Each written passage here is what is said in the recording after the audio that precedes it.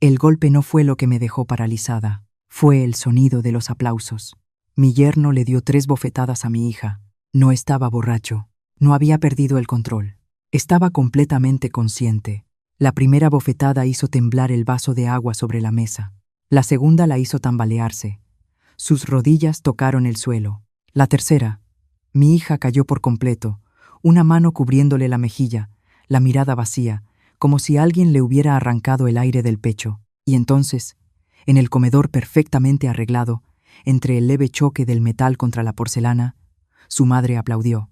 No fue un aplauso fuerte, solo 2 palmadas secas, clap, clap, pero fueron suficientes para dejarme inmóvil. 30 segundos en los que no grité. No corrí hacia ella.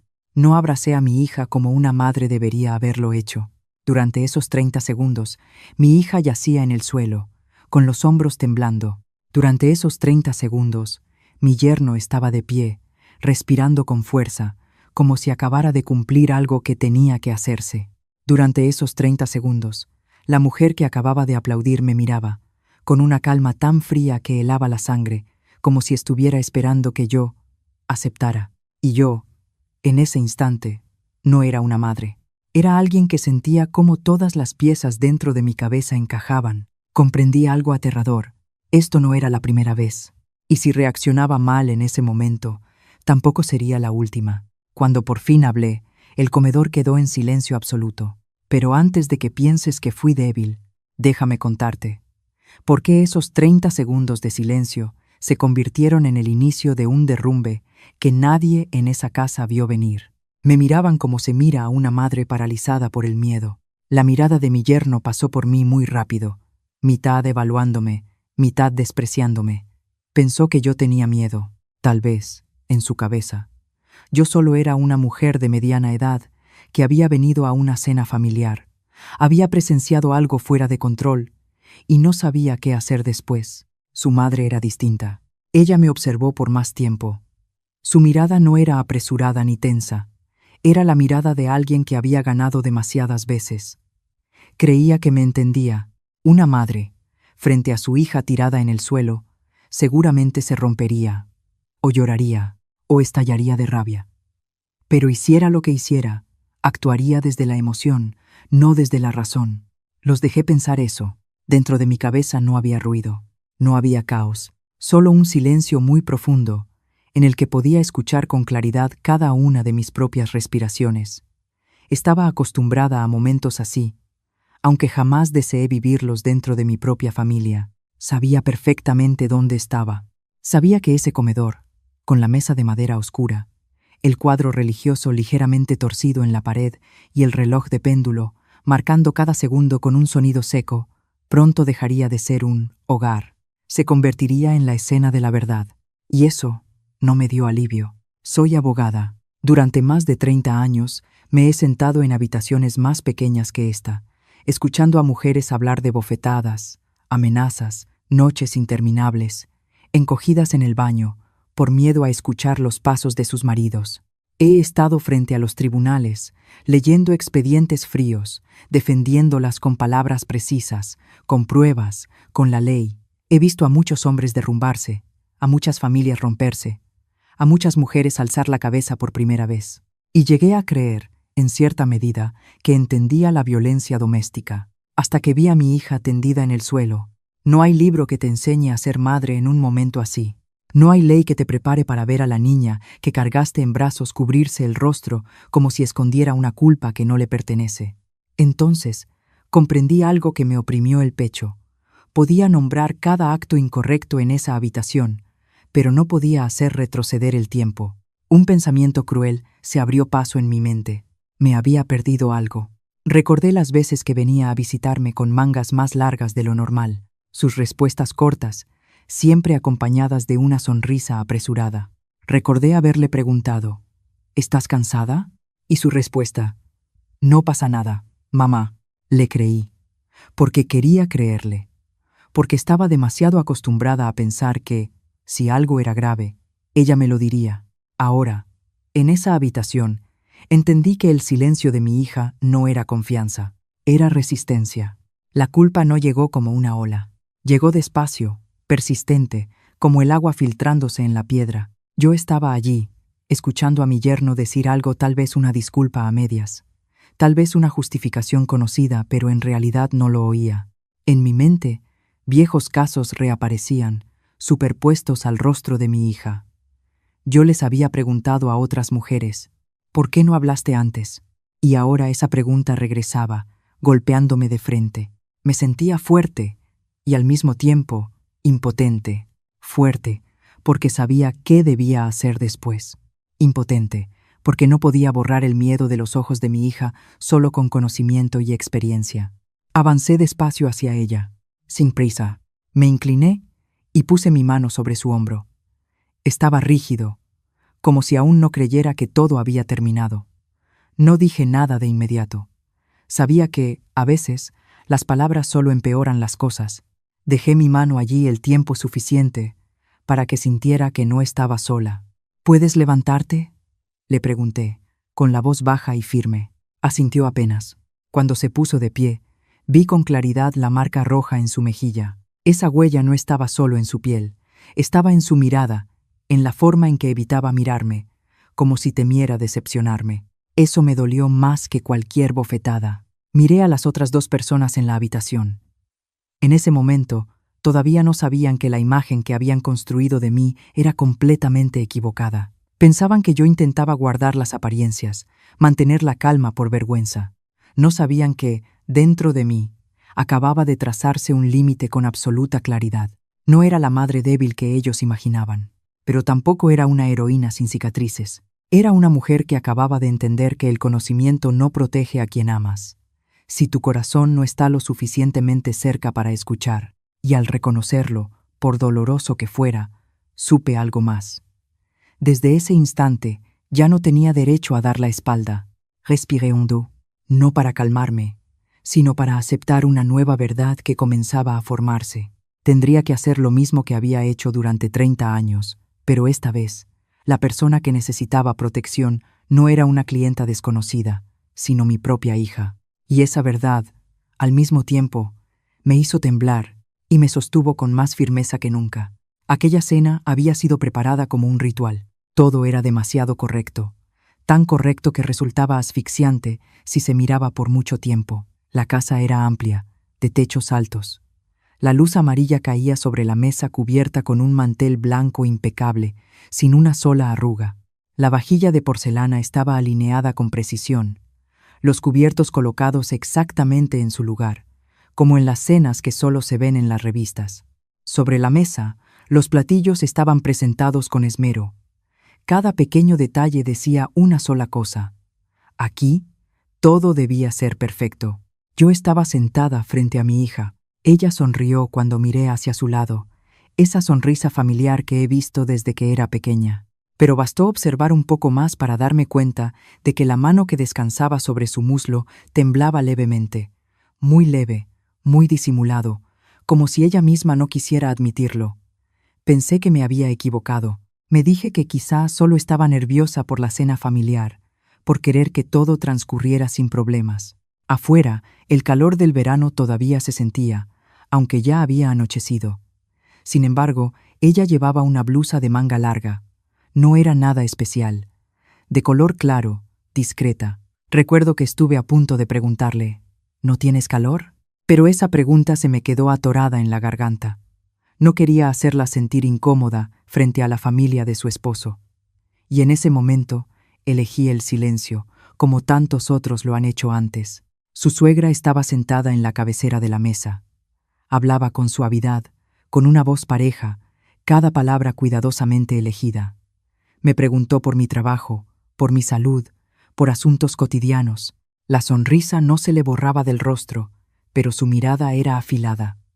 Pasó por encima de su nuera, se detuvo apenas un instante, y luego volvió hacia mí, como si no hubiera nada digno de atención. «Esta muchacha es un poco torpe», dijo, con el mismo tono dulce. «Pero ya se acostumbrará. Las mujeres tienen que aprender a aguantar para que la familia esté en paz». La frase cayó sobre la mesa como una hoja de papel. Nadie reaccionó. Mi yerno sonrió con desgano y asintió. Mi hija bajó la cabeza, tomó los tenedor para agarrar la comida, pero le tembló tanto la mano que el trozo de carne volvió a caer en el plato con un sonido muy leve. Yo lo escuché. No sé si los demás lo oyeron. La miré. Ella no me miró a mí. Su mirada se desvió, como si temiera tropezar con algo. De pronto sentí una sensación conocida, esa que he visto en muchas otras mujeres, en oficinas cerradas, cuando hablan de su matrimonio. Es la sensación de quien intenta que todo parezca normal, aunque por dentro ya esté resquebrajado. «Come», dijo mi yerno, sin levantar la voz, pero lo bastante alto para que todos lo escucharan. «No hagas perder el tiempo a los demás». Ella asintió y comió en silencio. Vi cómo tensaba la mandíbula, como si no solo estuviera tragando la comida, sino también palabras que nunca dijo. En mi cabeza apareció una pregunta, y enseguida se apagó. ¿Desde cuándo? ¿Desde cuándo vive así? ¿Desde cuándo aprendió a guardar silencio para que la cena no se interrumpa, para que la sonrisa en la mesa no se rompa? Su suegra siguió hablando, contando chismes de vecinos, de mujeres que no saben cuidar a su marido, de que los hombres son de carácter fuerte, y eso es normal. Cada frase venía envuelta en una preocupación fingida, pero por dentro llevaba pequeñas agujas. Yo escuchaba, y algo en mi pecho se iba hundiendo. Empecé a entender que esa cena no era una reunión familiar, era un escenario, donde cada quien tenía un papel asignado. Observé más. Mi hija hablaba poco. Cuando lo hacía, su voz era baja y pareja, sin la naturalidad que yo conocía. Mi yerno respondía por ella varias veces, como por costumbre. Cada vez, ella solo guardaba silencio y asentía, sin resistirse, sin oponerse, como si fuera lo normal. Hubo un instante, muy breve, en el que la vi llevarse la mano a la muñeca y bajar un poco más la manga. El gesto fue tan rápido que, si no hubiera estado mirando justo en ese momento, lo habría pasado por alto. Mi corazón empezó a latir más fuerte. Sabía lo que estaba viendo, pero no tenía el valor suficiente para nombrarlo. Recuerdo que traté de tranquilizarme. Quizá estaba siendo demasiado sensible. No quería creer que mi hija, criada en una familia amorosa, estuviera viviendo con miedo justo frente a mis ojos. Estaba acostumbrada a enfrentar el dolor ajeno, pero cuando esa historia amenazaba con ser la mía, dudé. La cena avanzó en un ambiente pesado, aunque por fuera nadie lo notara. El sonido de los cubiertos chocando con los platos se repetía de manera monótona. Las conversaciones de compromiso se iban encadenando, y debajo de todo aquello correcto había un silencio muy profundo, muy antiguo, que existía desde antes de que yo pusiera un pie en esa casa. Empecé a comprender que la violencia no necesita ser ruidosa para existir. Vive en las miradas esquivas, en las palabras que se tragan, en la forma en que una mujer aprende a medir cada movimiento para no incomodar a nadie. Vive en el miedo disfrazado de cortesía. Y yo, en esa cena aparentemente perfecta, estaba sentada justo en el centro de una verdad que apenas empezaba a tocar. No lo veía todo, pero sabía que había llegado demasiado tarde para que todo siguiera siendo sencillo. Las cosas no ocurrieron tan rápido como muchos imaginan cuando piensan en la violencia. No hubo gritos, no hubo un estallido de furia. Llegó despacio, casi con calma, como una costumbre repetida demasiadas veces. Mi yerno se levantó de la silla. Solo un movimiento pequeño. La silla rozó el piso y produjo un sonido breve. Ese sonido lo escuché más claro que cualquier otro en la habitación. Mi hija seguía sentada, la espalda recta, la mirada fija en la mesa. No preguntó qué estaba pasando, no levantó la vista. Su cuerpo parecía acostumbrado a anticipar el siguiente paso. «¿Qué estás haciendo?», murmuró ella, con una voz que casi se perdió en el aire. La primera bofetada no fue fuerte, pareció más un recordatorio que un arrebato. La mano tocó su mejilla con un sonido seco y breve. El vaso de agua vibró ligeramente sobre la mesa. Vi cómo su hombro se estremecía, pero ella siguió sentada, como si intentara que nada se saliera de control. «¿Cuántas veces te lo he dicho?», dijo mi yerno, con una voz pareja, ni alta ni baja. «Come como se debe». Nadie habló. Nadie se levantó. Miré alrededor de la mesa. Su suegra bajó los cubiertos con extrema lentitud, con cuidado, como si temiera rayar la superficie. No parecía sorprendida. Al contrario, en sus ojos había algo parecido a la expectativa. La segunda bofetada llegó más rápido. Mi hija no alcanzó a esquivarla. Su cabeza se inclinó hacia un lado, el cabello cubriéndole media cara. Esta vez, la silla se movió un poco, y vi cómo su rodilla tocaba el suelo. Un sonido mínimo, pero suficiente para que mi corazón se encogiera. Yo permanecí inmóvil. Escuché claramente los latidos de mi propio corazón. En ese instante, ya no estaba en la mesa. Estaba en otra habitación, muchos años atrás, donde una mujer me había dicho que sabía cuándo su esposo iba a golpearla solo con ver cómo apoyaba la mano sobre la mesa. Yo había asentido, tomado notas, prometido ayudar, y ahora estaba viendo esa misma señal frente a mí. «Ya basta», susurró mi hija. No era una protesta. Sonaba más como una súplica dicha demasiadas veces. La tercera bofetada fue la que lo derrumbó todo. No por la fuerza, sino por su significado. Mi hija cayó por completo al suelo, una mano cubriéndole la mejilla, el cuerpo encogido en un reflejo muy conocido. Lo vi con claridad. El reflejo de quien ha aprendido a protegerse cuando nadie más lo hace. Y entonces, en el silencio espeso de la habitación, se escuchó otro sonido. Aplausos. No fuertes, no apresurados. Solo 2 palmadas lentas, deliberadas. Giré la cabeza hacia la cabecera de la mesa. Su suegra estaba aplaudiendo, con una ligera sonrisa en los labios, como si acabara de presenciar una escena bien ejecutada. «Así es como se educa a una esposa», dijo, con el mismo tono con el que antes hablaba de la comida. Si no, luego se malacostumbra. La frase cayó sobre la habitación como una sentencia. Sentí que el aire a mi alrededor se volvía denso. Por un momento, no escuché nada más que el tic-tac del reloj de péndulo en la pared, regular, sin emoción. 30 segundos. 30 segundos en los que no me moví. No corrí a levantar a mi hija. No grité. No la llamé por su nombre. Si alguien me hubiera mirado en ese momento, habría visto a una mujer de pie, el rostro inexpresivo, los brazos caídos a los costados, pero dentro de mí, todo se movía a otra velocidad. Veía con claridad la posición de cada persona en la habitación. Registraba la distancia entre mi yerno y mi hija, escuchaba cada frase, cada palabra pronunciada. Recordaba la mirada de su suegra, la forma en que aplaudía, las palabras que usaba. Estaba construyendo una imagen, no para entender, sino para no olvidar. Sabía que, si reaccionaba desde la emoción en ese instante, les daría justo lo que necesitaban. Una madre fuera de control, una escena fácil de distorsionar. También sabía que mi hija estaba tirada en el suelo y que cada segundo que pasaba era una tortura para ella. Esa tensión me atravesaba el pecho, pero aún así permanecí inmóvil. Mi yerno me miró. Esta vez, su mirada era distinta. Había un poco de desafío, un poco de sorpresa. Estaba esperando que yo estallara, o al menos que protestara. Cuando no hice nada, esbozó una sonrisa mínima, como si acabara de confirmar que todavía tenía el control. Su madre también me observaba. Su mirada era inquisitiva, como si intentara leer qué papel elegiría yo en esa obra.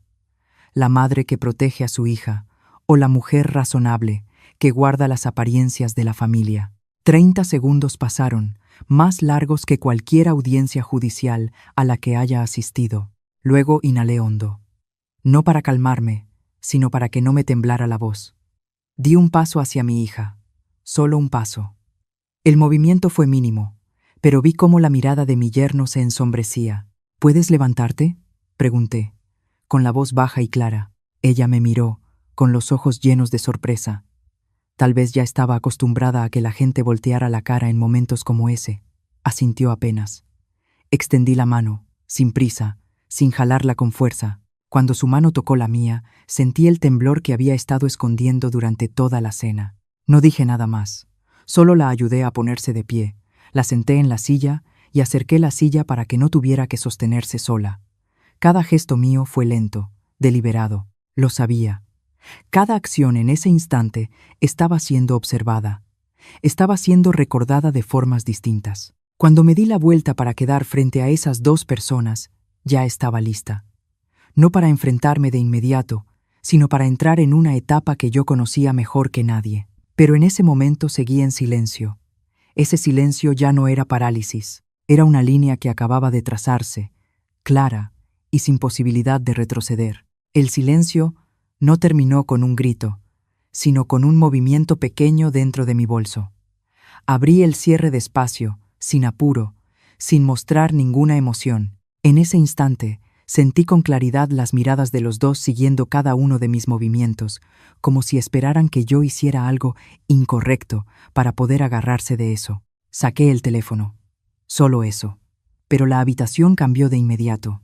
Mi yerno se movió, se enderezó en la silla. Su madre inclinó un poco la cabeza. La sonrisa en sus labios se hizo más delgada. Yo ya conocía ese cambio. Era igualito al instante en una sala de interrogatorio, cuando alguien se da cuenta de que su historia está a punto de dejar de estar bajo control. No los miré en ese momento. Primero miré a mi hija.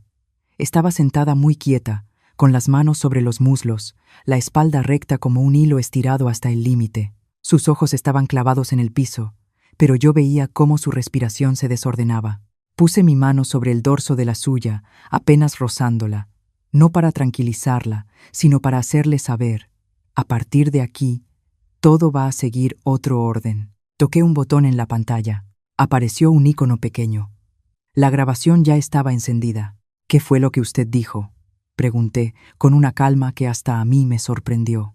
La suegra de mi hija me miró y soltó una risita, como si yo acabara de decir una broma fuera de lugar. Dije que hay que enseñarla, respondió, aún con voz suave. Es cosa de familia. Yo asentí, como quien toma nota. Levanté el teléfono un poco más, lo suficiente para que vieran la pantalla. ¿Puede repetir eso?, continué. Estoy grabando. Esta vez el silencio cayó de golpe. Mi yerno volteó a ver a su mamá. En su mirada cruzó algo parecido al pánico, y enseguida lo escondió. Su madre ya no se rió. Me miró con atención, como si fuera la primera vez que realmente me veía. ¿Qué está haciendo?, preguntó, con la voz un poco más alta. Estoy recopilando palabras, respondí, para aclarar el contexto. Escuché a mi yerno aspirar profundamente. Usted no tiene derecho, empezó. Sí lo tengo, lo interrumpí, sin alzar la voz. Esta es una casa particular, y yo soy invitada. No hay ningún aviso de prohibido grabar. Y además, esto es una situación con señales de violencia familiar. Vi cómo su mirada vacilaba. No estaba acostumbrado a que lo llamaran por su nombre, con palabras exactas, palabras sin emoción, sin negociación. Su madre apoyó la mano sobre la mesa. Esta vez no con cuidado. No haga grande el asunto, dijo. Estamos corrigiendo a nuestra nuera. Usted es su mamá. Debería entender. Entiendo perfectamente, contesté. Y por eso mismo necesito que lo diga con claridad. Giré el teléfono hacia ella, como una invitación, sin presionarla, sin amenazar, solo dejando un espacio vacío, esperando que lo llenara con sus propias palabras. Ella abrió la boca y se detuvo. Vi con claridad el momento en que calculó. Quizá era la primera vez en su vida que una frase, antes tan fácil de soltar, se volvía pesada. Mi yerno miró de reojo la puerta de entrada y luego volvió a verme. Lo reconocí al instante. El reflejo de quien acaba de perder el control. Hablamos después, dijo, intentando sonar normal. No haga escándalo. No respondí. Estamos hablando ahora. Marqué el número, ni rápido ni lento. Puse el teléfono en altavoz para que todo sonara claro, transparente. El tono de llamada sonó, con su ritmo parejo. Mientras esperaba que contestaran, mantuve la mirada en mi hija. Vi cómo sus hombros bajaban apenas un poco, pero lo suficiente para que yo entendiera que algo estaba cambiando. Cuando la voz del otro lado de la línea se escuchó, mi yerno dio un paso hacia mí y se detuvo. Su madre estiró la mano como para frenarlo, pero ya era tarde. Me presenté de manera breve, precisa, con frases que ya había dicho cientos de veces en mi vida. No adorné nada. No me extendí. Solo expuse los hechos. Acaba de ocurrir un acto de violencia, dije. La víctima está aquí. Yo soy testigo. Nadie me interrumpió. Nadie se rió. Nadie me dijo que estaba exagerando. La habitación, que antes estaba llena de ruido hecho de cosas no dichas, quedó completamente en silencio. Mi yerno empezó a caminar de un lado a otro. Le dijo algo a su mamá en voz baja, pero no alcancé a escuchar. Ella se quedó sentada, la espalda recta, las manos entrelazadas. La vi tragar saliva. Un gesto mínimo, pero imposible de ocultar. Terminé la llamada y dejé el teléfono sobre la mesa. No los miré de inmediato. Volteé hacia mi hija. ¿Te duele?, pregunté. Ella asintió muy levemente. Sí, aquí estás conmigo, le dije. Nadie te va a tocar otra vez. Mi hija me miró con una mezcla de miedo y asombro. Tal vez nunca había escuchado esa frase dentro de esa casa. Apreté su mano un poco, lo suficiente para que sintiera firmeza. Cuando volví a mirar a esas dos personas, sus ojos ya eran otros. Ya no había la seguridad del principio. Ya no estaba esa superioridad. Solo quedaba un desorden de preocupación y enojo contenido. ¿Qué cree que está haciendo?, preguntó la suegra, con la voz baja, dura. Estoy haciendo lo correcto, respondí, y voy a seguir. Sabía que, en ese instante, el control había cambiado de manos. No porque yo gritara más, ni porque aparentara ser más fuerte, sino porque saqué esta historia del lugar de silencio donde antes se escondía y la puse bajo la luz, donde cada palabra pesa. Su juego viejo había terminado. Otro juego, con reglas que yo conozco muy bien, acababa de empezar. La puerta del dormitorio se cerró detrás de nosotras con un sonido apenas audible. Giré la llave, no por miedo a que alguien entrara, sino porque necesitaba crear un espacio lo bastante cerrado para que mi hija pudiera respirar. En esa casa, el silencio había servido para ocultar. Yo no quería que ese silencio nos siguiera hasta aquí. Ella se sentó en la orilla de la cama, la espalda un poco encorvada, las manos juntas. Tomé una toallita húmeda y la pasé con cuidado por su mejilla. Ella se encogió por reflejo y de inmediato pidió perdón, como si reaccionar con su cuerpo fuera una falta. Ese gesto me apretó el pecho. No pasa nada, le dije. No tienes que pedir perdón. Asintió, pero yo sabía que esas palabras no bastaban para romper todo lo acumulado durante tanto tiempo.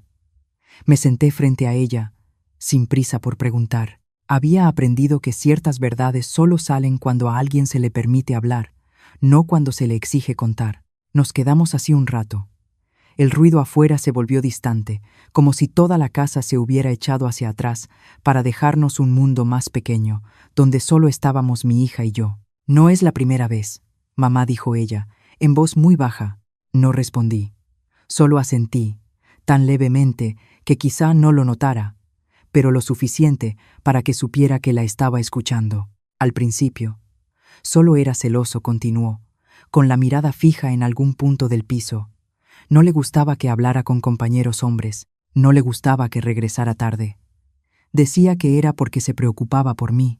Recordé las veces que mi hija canceló planes con amigas, las reuniones familiares que se pospusieron por el trabajo de su esposo. No hice preguntas. Pensé que eran ajustes normales dentro del matrimonio. Luego empezó a revisar mi teléfono, dijo, como si estuviera contando una historia que ya no le pertenecía. Al principio preguntaba, después lo tomaba él solo. Decía que entre esposos no debía haber secretos. Sentí el pecho más pesado. Esas frases las había escuchado demasiadas veces, de demasiadas mujeres. Pero saliendo de la boca de mi hija, tenían otro peso. Se me iban encima, una por una, sobre la memoria. Pensé que quizá necesitaba sentirse seguro, añadió, intentando mantener la voz tranquila. No quería complicar las cosas. Inhalé profundo. En mi mente, las señales se alineaban con una claridad dolorosa. Yo las había nombrado para otras personas. Había advertido sobre ellas, pero con mi hija elegí mirar distinto, con más suavidad, con más indulgencia. Después vino el aislamiento, dijo, casi en un susurro. Nunca me prohibió ver a nadie. Solo hacía que yo me sintiera cansada cada vez que quería salir. Siempre había un problema, una razón. Recordé las reuniones familiares a las que mi hija llegaba sola, diciendo que su esposo estaba ocupado. Le creí. No pregunté más, porque no quería pensar en la posibilidad de haber pasado algo por alto. Luego fueron las palabras. Continuó. Me decía que no era lo suficientemente buena, ni lo suficientemente hábil, ni lo suficientemente comprensiva. Cada vez que yo reclamaba, decía que era demasiado sensible. Vi cómo apretaba las manos. Coloqué la mía sobre la suya. Esta vez no se apartó. ¿Sabes, mamá?, dijo, con la voz apenas temblorosa. Hubo momentos en que empecé a preguntarme si de verdad el problema era yo. Esa frase fue como un corte. Sentí los ojos arder, pero mantuve la voz firme. Sabía que, si dejaba salir la emoción en ese instante, ella volvería al papel que conocía bien, el de consolar a los demás. Después me empujó, dijo, más rápido, como si temiera detenerse. Solo un empujón. Se disculpó de inmediato. Dijo que estaba estresado. Cerré los ojos por un instante. Recordé los casos que empezaron con «solo fue una vez». Las disculpas. Las promesas. Recordé cuántas veces había dicho que la violencia no desaparece por sí sola. Mi suegra lo sabía, todo continuó. Y esta vez su voz se endureció. No solo lo sabía, ella le enseñaba. Abrí los ojos y la miré de frente. Ella decía que un hombre tiene que ser duro para que la esposa obedezca, contó. Decía que yo debía aprender a aguantar, igual que ella lo había hecho. En ese momento, sentí que algo dentro de mí se rompía. No por sorpresa, sino por la certeza fría de una verdad. La mujer que yo había visto en la mesa no era una espectadora. Era el centro de todo. Hubo una vez, dijo, bajando la voz, que incluso me dijo que escondiera los moretones, para que la gente no hablara mal de la familia. Giré el rostro, no para evitar verla, sino para ocultar el temblor que me subía por el cuerpo. Las imágenes regresaron. Mi hija con mangas largas en pleno calor, con sonrisas forzadas, con silencios excesivos. Todo había estado ahí. Yo lo había visto, pero no había mirado lo suficiente. Pensé en decírtelo, mamá dijo, como si leyera mis pensamientos. Pero cada vez que imaginaba que te preocuparías, que te culparías, me detenía. Esta vez no pude contenerme. Las lágrimas cayeron, sin ruido, sin dramatismo, silenciosas, como el silencio que había envuelto esta historia durante tanto tiempo. La abracé. Ella se recargó en mí con cuidado, como si aún no estuviera acostumbrada a apoyarse en alguien. Me sentí derrumbarme de una forma distinta a la que había imaginado. No porque fuera débil, sino porque entendí que el conocimiento, la experiencia, todo aquello de lo que me sentía orgullosa, no me habían permitido ver antes el dolor que tenía frente a mí. Susurré, con la voz áspera, «Perdóname». Ella negó con la cabeza, pero yo sabía que esa disculpa era necesaria, no para borrar lo ocurrido, sino para reconocer que había pasado por alto señales que debía haber visto. Nos quedamos ahí, en esa habitación cerrada, con la verdad desplegándose capa por capa. Los celos, el control, el aislamiento, la violencia, ya no eran conceptos lejanos, tenían nombre, forma, memoria, y estaban entre nosotras, pesados, pero ya no invisibles. En los días siguientes, nada se calmó como yo había esperado. Al contrario, se abrió otro frente, más silencioso, pero mucho más afilado. La violencia salió del comedor, pero no desapareció, solo cambió de forma. A la mañana siguiente, mi teléfono empezó a sonar sin parar. No eran llamadas de preocupación, eran voces desconocidas, frías, que se presentaban como abogados, representantes, personas autorizadas. Hablaban con frases impecables, bien armadas, pero debajo había un mensaje claro. No nos íbamos a quedar quietos. Usted está exagerando, dijo una voz masculina al teléfono, con una calma irritante. Esto es un conflicto familiar. Al sacarlo así, ¿quién cree que está causando el daño? Escuché sin interrumpir. Conocía bien ese tono, el tono de quienes creen que su poder basta para torcer la verdad. Cuando se detuvo, respondí, puede enviar cualquier información por escrito. No discuto por teléfono. Del otro lado, hubo un breve silencio. Luego colgó. Mi hija estaba sentada en la sala, mirándome con preocupación. No preguntó, solo miró, como esperando que yo confirmara que todo seguía bajo control. Le sonreí, una sonrisa que había aprendido a usar durante años, lo suficientemente firme para tranquilizar a otros, aunque yo aún no estuviera del todo segura. Pero solo unas horas después comprendí que esto no era un enfrentamiento conocido. Era otra guerra, y no se libraba en los tribunales. Empezaron a aparecer publicaciones, sin firma, sin fuente clara. Eran textos escritos con cuidado, como preguntas inocentes. ¿Y si la madre había manipulado a la hija? ¿Y si había un interés económico detrás? No acusaban de frente, sembraban duda. Y en esta sociedad, la duda corre más rápido que la verdad. Mi hija perdió su trabajo en una sola tarde. El gerente la llamó a su oficina con una expresión incómoda. No decimos que estés equivocada, le dijo, pero la empresa está bajo presión. ¿Tú entiendes? ¿No? Ella asintió. Vi cómo sus hombros se hundían al salir. No hubo lágrimas, no hubo enojo, solo ese vacío conocido, la sensación de quien acaba de perder una parte de su identidad. Las amistades empezaron a callar, no porque no les importara, sino porque tenían miedo de verse involucradas. Los mensajes se hicieron escasos, las citas se pospusieron sin fecha. Mi hija leía cada palabra y luego dejaba el teléfono a un lado, como si no quisiera mirar más. Mamá dijo una noche, mientras cenábamos juntas, ¿y sí? ¿Lo dejamos? Dejé la cuchara sobre la mesa y la miré. ¿Dejar qué? Si retiro la denuncia, dijo, en voz muy baja. Si digo que todo se resolvió, tal vez se detengan. No respondí de inmediato. Miré el rostro de mi hija, un rostro que había perdido la seguridad que alguna vez tuvo. En sus ojos no solo había miedo, sino una pregunta mucho más profunda. ¿Vale la pena? 3 cachetadas y todo lo que se estaba perdiendo. El trabajo, las amistades, el honor, la sensación de ser una persona valiosa. Entendí por qué preguntaba eso. Había escuchado esa misma pregunta cientos de veces, de otras mujeres. Siempre aparecía en este punto, cuando la violencia ya no estaba en la piel, sino que empezaba a morder la vida. ¿Recuerdas cuando me lo contaste? Le pregunté. Dijiste que empezaste a dudar de ti misma. Ella asintió. Así es como lo hacen, dije, despacio. Ya no necesitan tocarte.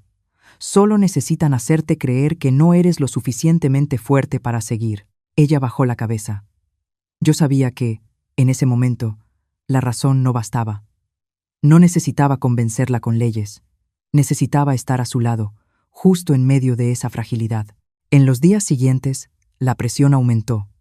Llegó una demanda, acusándonos de difamación y de dañar el honor de su familia. El lenguaje estaba cuidadosamente elegido, lo justo para sembrar duda, lo justo para amenazar. Leí cada página, cada línea, con una sensación conocida pero nada ligera. La de ser arrastrada a un juego cuyas reglas las escriben los poderosos. Mi hija empezó a dormir menos. Se sobresaltaba al escuchar el timbre. Me preguntaba antes de salir. Me preguntaba si estaba segura de que todo estaba bien. Cada pregunta era como un pequeño cuchillo, recordándome que las consecuencias de la violencia no terminan en el momento en que ocurre. Una noche, se sentó frente a mí, con los ojos enrojecidos. «Mamá», dijo, «ya no me reconozco». Le tomé la mano. «Estás rodeada», le dije. «Y eso no es tu culpa». Pero incluso al decirlo, no podía negar la verdad. Su poder estaba funcionando. Tenían dinero, tenían contactos, tenían la capacidad de volver borrosa la verdad. No necesitaban ganar en un juicio, solo necesitaban hacer que buscar justicia fuera demasiado costoso. Hubo noches en que me senté sola, cuando ella ya dormía, y me hice la misma pregunta que ella me había hecho, no como abogada, sino como madre. ¿Vale la pena? ¿Vale la pena que mi hija pague con la poca paz que le queda por el hecho de levantarse? A la mañana siguiente, la vi parada frente al espejo durante mucho tiempo. Se acomodó el cabello, se cambió de ropa, volvió a cambiarse. Al final, se volvió hacia mí. «Tengo miedo», dijo, sin rodeos, sin vergüenza. Asentí. «Lo sé, pero también me da miedo quedarme callada», continuó. «Tengo miedo de volver a ser la persona que era antes». Esa frase quedó suspendida entre nosotras. No necesitaba una respuesta inmediata. Era la pregunta que toda mujer en esta situación tiene que enfrentar por sí misma. Y yo sabía que esta batalla, ocurriera donde ocurriera, al final era una batalla interior, donde no hay veredictos rápidos, solo decisiones pesadas, una tras otra. La carta llegó una tarde completamente normal. Cuando estaba sentada en mi escritorio, frente a montones de expedientes apilados, como capas de cansancio aún sin desatar, un sobrecafé, sin remitente, sin dirección de respuesta. La letra en el sobre era firme y contenida, como si quien lo escribió hubiera querido no dejar rastro alguno de emoción. Lo tomé y dudé apenas un instante. No por miedo, sino porque estaba acostumbrada a que las cosas más importantes casi nunca llegaran por la vía oficial. Abrí el sobre y saqué una pequeña memoria USB y varias hojas fotocopiadas con cuidado. La tinta estaba desvanecida en algunos puntos, pero las líneas seguían siendo lo suficientemente claras como para hacer que mi corazón se desacelerara. «Necesitas saber la verdad», decía la primera línea. Sin más explicación, conecté la USB a la computadora. La pantalla se iluminó y apareció una lista de archivos. Abrí el primero. El sonido no era fuerte, pero sí nítido. Una voz de mujer, inquietantemente familiar, llenó el silencio de la oficina. Era la voz de la suegra de mi hija. Hablaba despacio, como contando una historia repetida muchas veces, sin necesidad de ocultarla. Hablaba de su esposo, de las discusiones, de cómo un hombre que no obedece tiene que ser castigado. Escuché cada palabra caer como piedras pesadas. No había gritos ni caos, solo la calma aterradora de alguien que había normalizado la violencia desde hacía mucho tiempo. Cerré el archivo de audio, respiré hondo y abrí los demás papeles. Eran expedientes antiguos, muy antiguos, reportes médicos, notas policiales, detalles tachados, frases como «no hay pruebas suficientes». Un nombre aparecía una y otra vez. El esposo fallecido de ella. Una muerte registrada como accidente. Me recargué en la silla. En mi mente, las piezas empezaron a acomodarse solas. El aplauso en la mesa. La frase «así hay que enseñar a la esposa». La calma de ella cuando ocurría la violencia. Ya no eran detalles sueltos. Eran una cadena. Llamé a mi hija a la oficina. Entró con esa cautela que los últimos días habían dejado marcada en su mirada. Le entregué la USB sin decir nada. Me miró y luego miró la pantalla cuando volví a poner la grabación. Vi cómo sus manos empezaron a temblar al reconocer esa voz. «Esa es», susurró, y se quedó en silencio. «Sí», respondí. «Es ella». Escuchamos sin hablar. Cuando terminó el audio, mi hija se quedó muy quieta. No la apuré. Sabía que hay verdades que necesitan tiempo para asentarse, como el frío que se mete poco a poco en los huesos. «Entonces», dijo al rato, con la voz áspera, «ella ya había...». Asentí. Lo que muestran los expedientes es que hubo muchas señales que fueron ignoradas. Mi hija bajó la mirada. «Entonces él creció en ese ambiente». Su frase me detuvo. La miré. Vi su esfuerzo por entender, por unir causa y efecto. En sus ojos no había solo miedo, sino algo más. La confusión de quien acaba de darse cuenta de que la persona que le hizo daño también fue, alguna vez, una criatura herida. «Eso no borra lo que él hizo», dije, despacio. «Pero explica por qué esta cadena se repite». Ella guardó silencio. Yo sabía que en su cabeza resonaba otra pregunta, más pesada aún. Si se entiende el origen, ¿se puede perdonar? Yo también me lo pregunté. No por primera vez. Durante años de ejercicio profesional, vi muchos casos así. Personas violentas que antes fueron víctimas. Niños que aprendieron a amar a través del miedo. Yo lo había analizado, escrito, debatido en seminarios fríos. Pero nunca esa pregunta había estado dentro de mi propia familia, con rostros cuyos gestos conocía de memoria. «No sé qué se supone que deba sentir», dijo ella. «Una parte de mí siente lástima por él, pero otra parte está enojada», completé. «Y eso no es una contradicción». Ella levantó la vista, como buscando permiso. «Entender el origen no significa aceptar las consecuencias», le dije. «Puedes comprender y aún así poner límites». Volví a los papeles. La persona que los envió de forma anónima había dejado una última nota. «Esta cadena no se va a detener sola. Alguien tiene que nombrarla». Pensé en la suegra de mi hija, una mujer que vivió toda su vida dentro de un sistema donde la violencia se enseña, se hereda, se transmite como un legado torcido. Ella no era solo la que aplaudía desde afuera. Era quien había escrito el guión desde muy temprano. Su hijo, el hombre que golpeó a mi hija, era a la vez agresor y producto. Entender eso no me dio alivio. Al contrario, volvió la responsabilidad más pesada.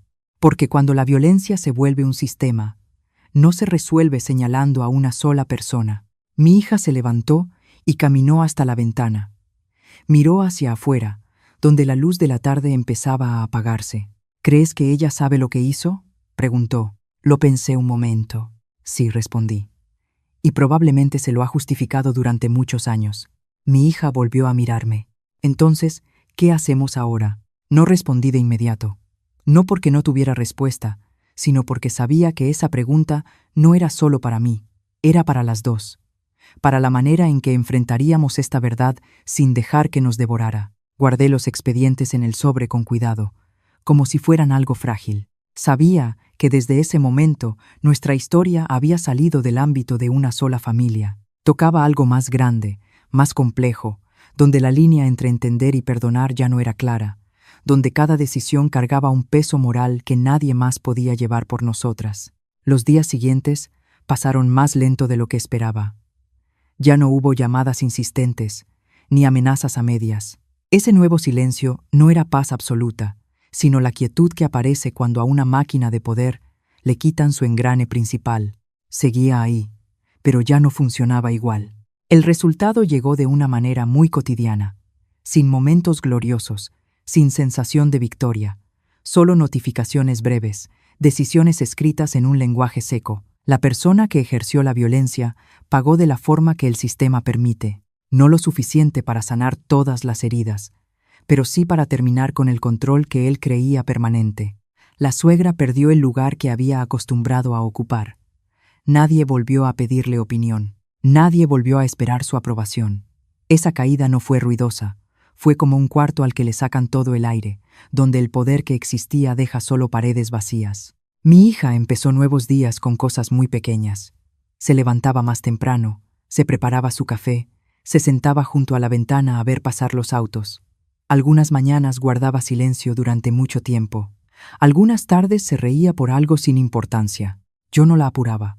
Sabía que empezar de nuevo no es una gran decisión, sino una serie de elecciones pequeñas, repetidas. Consiguió otro trabajo, sin brillo, sin necesidad de demostrar nada, solo un lugar al que pudiera ir y volver cada día sin medir cada palabra. Una vez regresó a casa, dejó su bolsa y me dijo: «Hoy me sentí normal». Dijo la palabra normal, como si hablara de un lujo. Yo asentí, y para mí eso fue un gran avance. Algunas noches, cuando la casa ya estaba en silencio, me sentaba sola y pensaba en otras personas. En los rostros que se sentaron frente a mí en la oficina, en las voces temblorosas que me dijeron que ya no sabían cuánto más podían aguantar. No todas tienen la oportunidad de decir «ya basta», sin pagar un precio demasiado alto. No todas tienen una puerta por la cual salir a tiempo. Pensé en la imperfección de la justicia. Lo sabía desde hace años. La ley tiene límites. El sistema tiene grietas. Hay cosas que no se arreglan con sentencias ni resoluciones. Pero también sabía algo más, con una claridad nueva. El silencio siempre es cruel.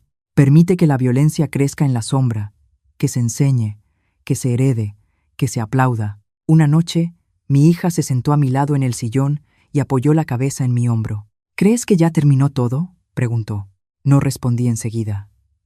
Miré la oscuridad detrás de la ventana, donde las luces de la calle formaban líneas largas. «No existe eso de terminar por completo», dije. «Pero hay etapas que ya se cerraron». Ella guardó silencio un momento. «Sigo teniendo miedo», admitió.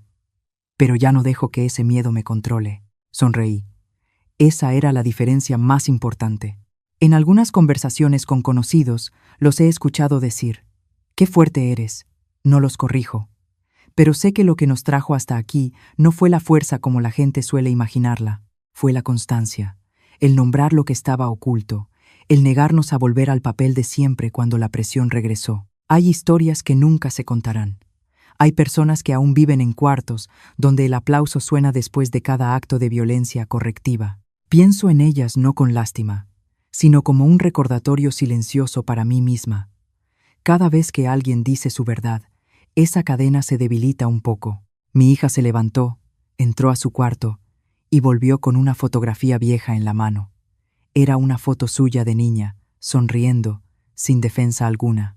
Quiero poner esta en un lugar donde la vea todos los días, dijo, para recordar quién era antes de que todo empezara. La ayudé a colocar el marco en el estante. La luz de la lámpara iluminó el rostro de la foto, un poco más que el resto del cuarto. Nos quedamos ahí, sin decir nada más. Sabía que el camino por delante aún tendría curvas, habría días de cansancio, recuerdos que regresarían sin aviso, pero también sabía que una línea ya había sido trazada, no solo para ella, sino para todos los que fueron testigos de esta historia.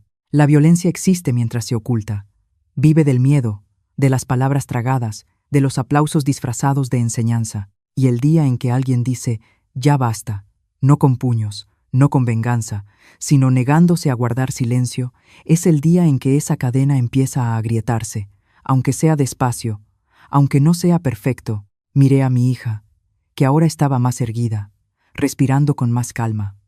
Sé que no todas las personas pueden salir de la oscuridad de esta manera, pero cada vez que la luz entra en un cuarto que estuvo cerrado, deja un rastro suficiente para que otros vean el camino y para recordarnos que esta historia nunca fue solo la de una familia. Cuando me senté a pensar en todo lo que había pasado, entendí que esta historia no es solo de mi familia. Es de muchas personas que han guardado silencio, que se han preguntado si estaban exagerando. Si algo de esta historia tocó algo en ti, dale like, sigue el canal y suscríbete para que sigamos conversando. Y quiero preguntarte algo. ¿Desde dónde estás viendo esta historia? ¿O has vivido o presenciado algo parecido? Tal vez lo que compartas sea la luz que alguien más está necesitando.